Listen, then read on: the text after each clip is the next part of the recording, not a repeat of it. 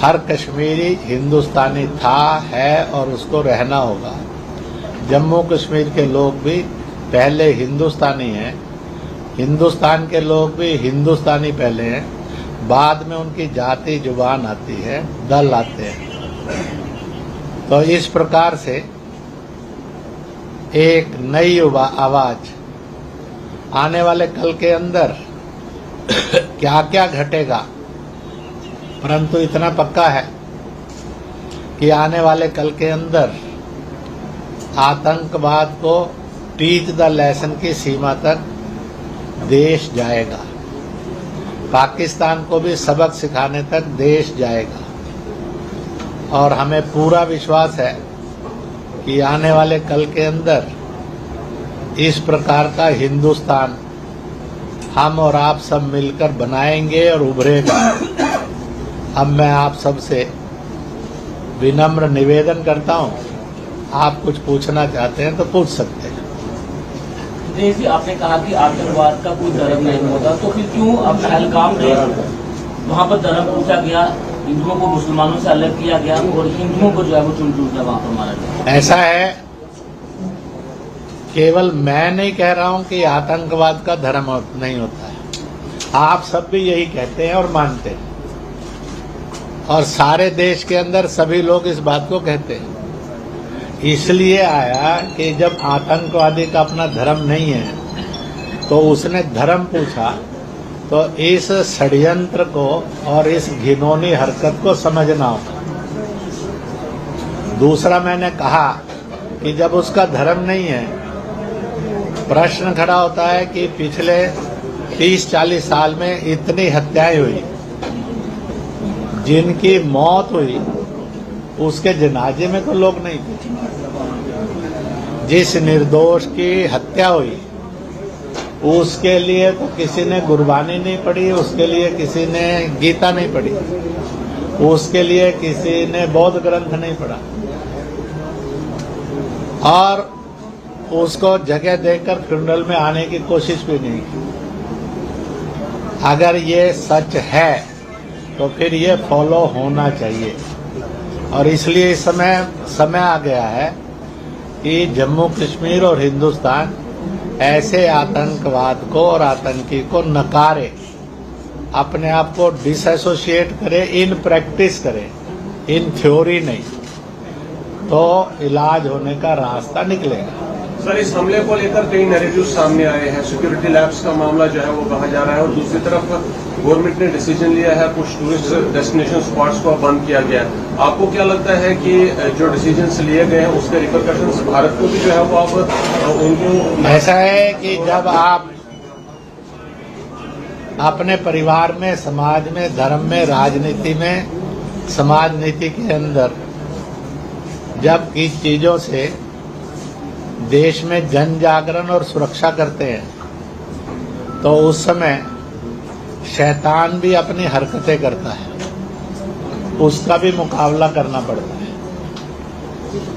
भारत की सेना जब सीमाओं पर हिफाजत करने के लिए जाती है तो इस तैयारी के साथ जाती है कि उसको भी मौत को गले लगाना पड़ सकता है। अगर वो इस बात से डर जाए तो इतना पक्का है, मैं और आप गुलाम हो जाएंगे, आप में से किसी की आजादी और इज्जत नहीं बचेगी। इसलिए जब रिस्क लिया जाता है तभी इज्जत और आजादी बचती है। इसलिए भारत सरकार ने कदम उठाए हैं ताकि दुश्मन को घिनौनी हरकतों के लिए, शैतान को उसकी घिनौनी हरकतों के लिए और सबक सिखाया जा सके, तो उसको रिस्क लेकर ही काम करना होगा। और सरकार देश की जनता की आवाज के साथ खड़ी है। 140 करोड़ लोगों का मंतव्य है, जिसमें मैं भी आता हूं और आप सब भी आते हैं और आपके परिवार भी आते हैं, कि जो मर्जी आए करो, टीच द लेसन। क्या आप में से कोई ऐसा है जो इसके साथ नहीं है? नहीं है तो हाथ खड़ा कर दीजिए कि he is not with that. तो इसलिए आप प्रश्न करते हुए बांटिए नहीं, अपने आप को माइनस नहीं करिए, मुझे भी माइनस नहीं करिए। किसी को भी माइनस नहीं करिए। It is the voice of the 140 crore people of the nation. Tourist को कैसे बढ़ावा मिलेगा? जैसे बड़े सारे होटल जो हैं बुकिंग कैंसिल हो चुकी है, उनके लिए क्या कहेंगे? टूरिस्ट यहाँ आना नहीं चाहते अब। इंद्रेश जी, इस घटना के बाद पूरे देश भर में पहली दफा ऐसा देखने को मिला है, जम्मू कश्मीर के साथ साथ पूरे देश में मुस्लिम समाजों को इस घटना को लेकर बड़ी कड़ी प्रतिक्रिया उन्होंने दिया, खुल के सामने आया है। तो आपका उस पर किस तरह का नजरिया? और दूसरा, घटना तो हो गया, इसके बाद अब भारत सरकार का किस तरह के और कदम उठाने चाहिए जो आपको लगता है कि आतंकवाद को कुचलने में मददगार? मैंने 2 कदम की तो चर्चा कर दी आपसे कि वहां स्मारक बनाना चाहिए। दूसरा, आतंकी और आतंकवाद को पूरी तरह से जिंदगी के अंदर से रूल आउट करना चाहिए। अभी उन्होंने पूछा है कि टूरिस्ट नहीं आ रहे। ऐसा है कि भारत ने इस चुनौती का उत्तर पिछले 30-35 साल में दिया है। वो ये दिया है कि तुम्हारी कितनी भी गोलियां चले, हमारे सीने कम नहीं पड़ेंगे। कश्मीर हिंदुस्तान था, है और रहेगा। हम कीमत देंगे पर कश्मीर का इंच नहीं देंगे। सर, इसलिए टूरिज्म घटते घटते घटते घटते हजारों में चला गया, फिर उसका रिवाइवल होकर लाखों करोड़ों में गया है। आज फिर से एक खतरा खड़ा है। जनता के अंदर एक बात यह है कि टूरिज्म को सबक सिखाने का रास्ता बनाया जाए, सर आपने और दूसरों के अंदर ये भी है कि टूरिस्ट के रूप में जाकर वहां पर और पाकिस्तान को और आतंकी को और उनके समर्थकों को मुंह तोड़ जवाब दिया जाए कि तुम कितने ही नरसंहार करो परंतु हम कीमत देंगे पर कश्मीर नहीं छोड़ेंगे। बल्कि हम पाकिस्तान के बारे में भी ये कहने के लिए लोग तैयार हो गए हैं कि अब समय आ गया, कम से कम पीओजे के तो ले लेना चाहिए। आप में से अगर इसके लिए कोई पूछेगा रणनीति क्या रहेगी, मैं उसको कहूंगा आपका प्रश्न आपके लिए खतरनाक है, मेरे लिए संकट नहीं है। क्योंकि सेना और सरकार उन नाजुक पॉइंट्स की ना कभी घोषणा करती है ना करेगी, और करनी भी नहीं चाहिए। रिजल्ट दिखने चाहिए, वो रिजल्ट मुझे और आपको दिखेंगे।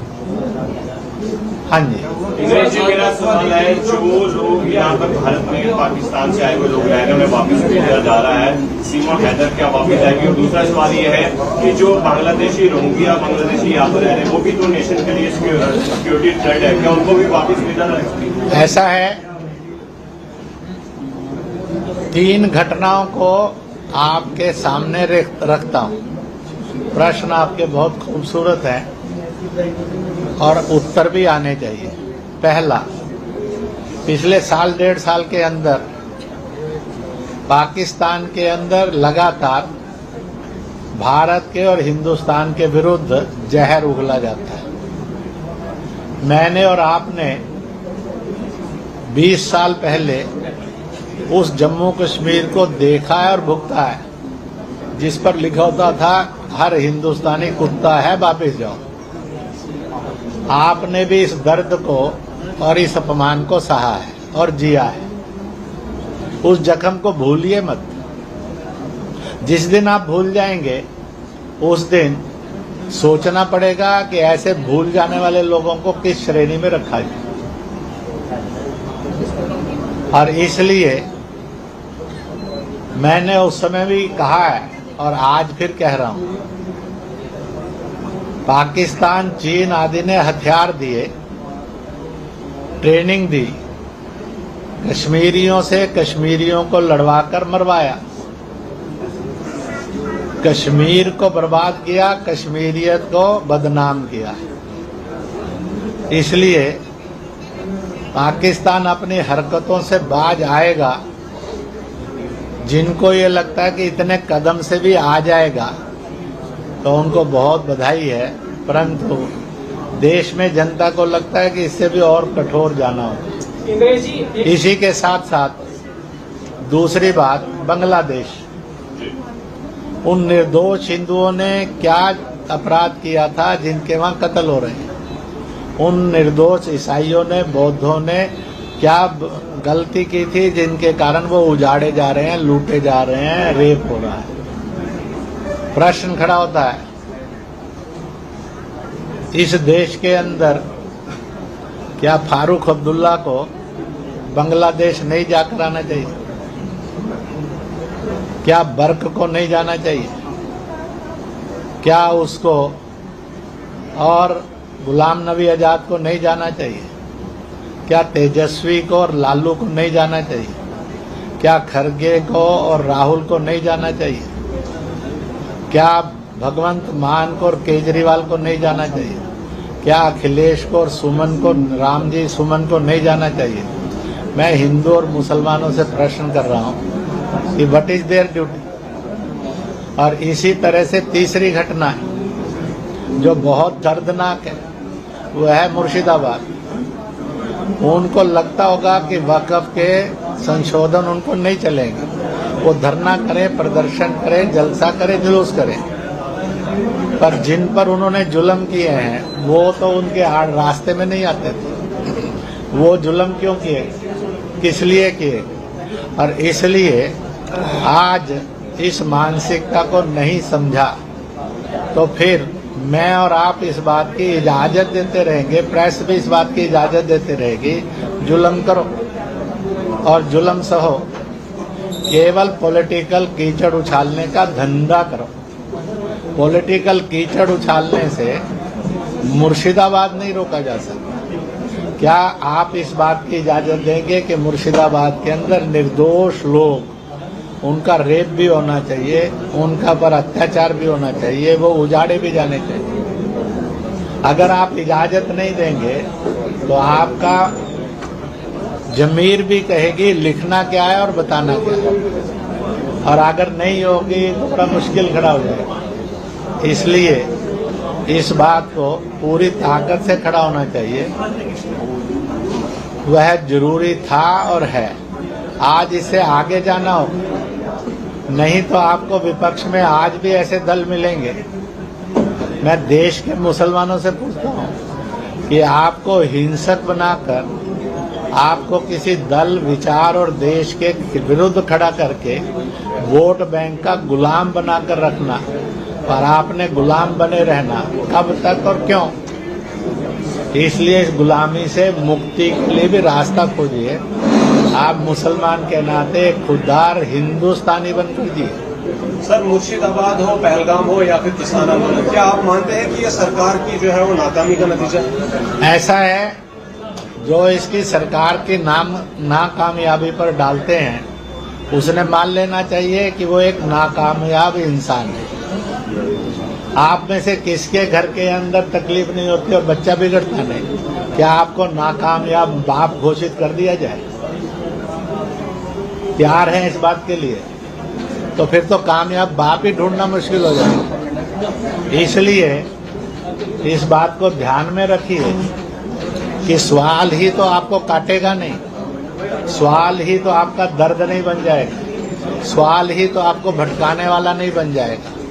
इसलिए सरकार या सेना या प्रशासन की नाकामयाबी का प्रश्न, यह एक ऐसा घातक शब्द है जो बर्बादी का इतिहास लिख देगा। ना हमारा प्रशासन नाकामयाब है, ना जनता नाकामयाब है, ना पत्रकार नाकामयाब है। कोई ने मेरे से पूछा जब मैं जम्मू आ रहा था कि आप पत्रकारों से पूछेंगे कि वो कैसे नाकामयाब हुए, इतनी बड़ी घटना हो गई और उनको सुगंध भी नहीं मिली। मैंने कहा ये बेवकूफ़ी वाला प्रश्न मैं नहीं पूछूंगा। वो जागरूक थे, जागरूक हैं। उस जागरूकता में जहां वो रोल प्ले करने में सक्षम है वो कर रहे हैं। इसलिए मैंने इस तरह के प्रश्न का ये उत्तर दिल्ली में दिया। इंद्र जी एक सवाल करना चाहूंगा। जिस तरह से एक नैरेटिव बनाया जा रहा है कि जो पहलगाम के अंदर अटैक हुआ उसके बाद कश्मीर में जो मुसलमान है उसको शक की निगाह से देखा जा रहा है, और ये भी कहा जा रहा है कि आतंकवादियों का साथ जो है वहाँ के कश्मीरी जो है देते हैं। लेकिन मेरा एक सवाल यह है कि जहाँ पर 26 लोगों की हत्या हुई वहाँ पर कई हजार लोग थे और ये भी मीडिया के माध्यम से पता चल रहा है कि उन लोगों को बचाने में उन्हीं कश्मीरी मुसलमानों ने जो है वो उनकी मदद भी की। तो क्या ये नरेटिव और जो हिंदू रक्षा दल जो है जो ये सीधा चेतावनी दे रहा है उत्तराखंड के अंदर कि 48 घंटे में जो है जितने मुस्लिम हैं यहाँ से चले जाओ नहीं तो हम हिसाब किताब करेंगे, क्या उन पर कोई कार्रवाई होनी चाहिए सरकार की तरफ से? उसी में से कुछ हिंदुओं के दल ऐसे भी निकले जिन्होंने ऐसे सब लोगों को बधाई भी दी, धन्यवाद भी दिया, पीठ भी थपथपाई और पुरस्कार भी दिया। आपका प्रश्न अधूरा है। अगर आप संतुलित प्रश्न पूछते तो प्रश्न भी आपके पास था, उत्तर भी आपके पास था। और इसलिए और इसमें वक्तव्य भी है सीधा कि हमारे समाज ने ऐसा घिनौना प्रयत्न नहीं करना चाहिए, परंतु अगर कोई करते हैं तो उसमें आपके प्रश्न में पूरी संजीदगी होती है। तो मैं आपको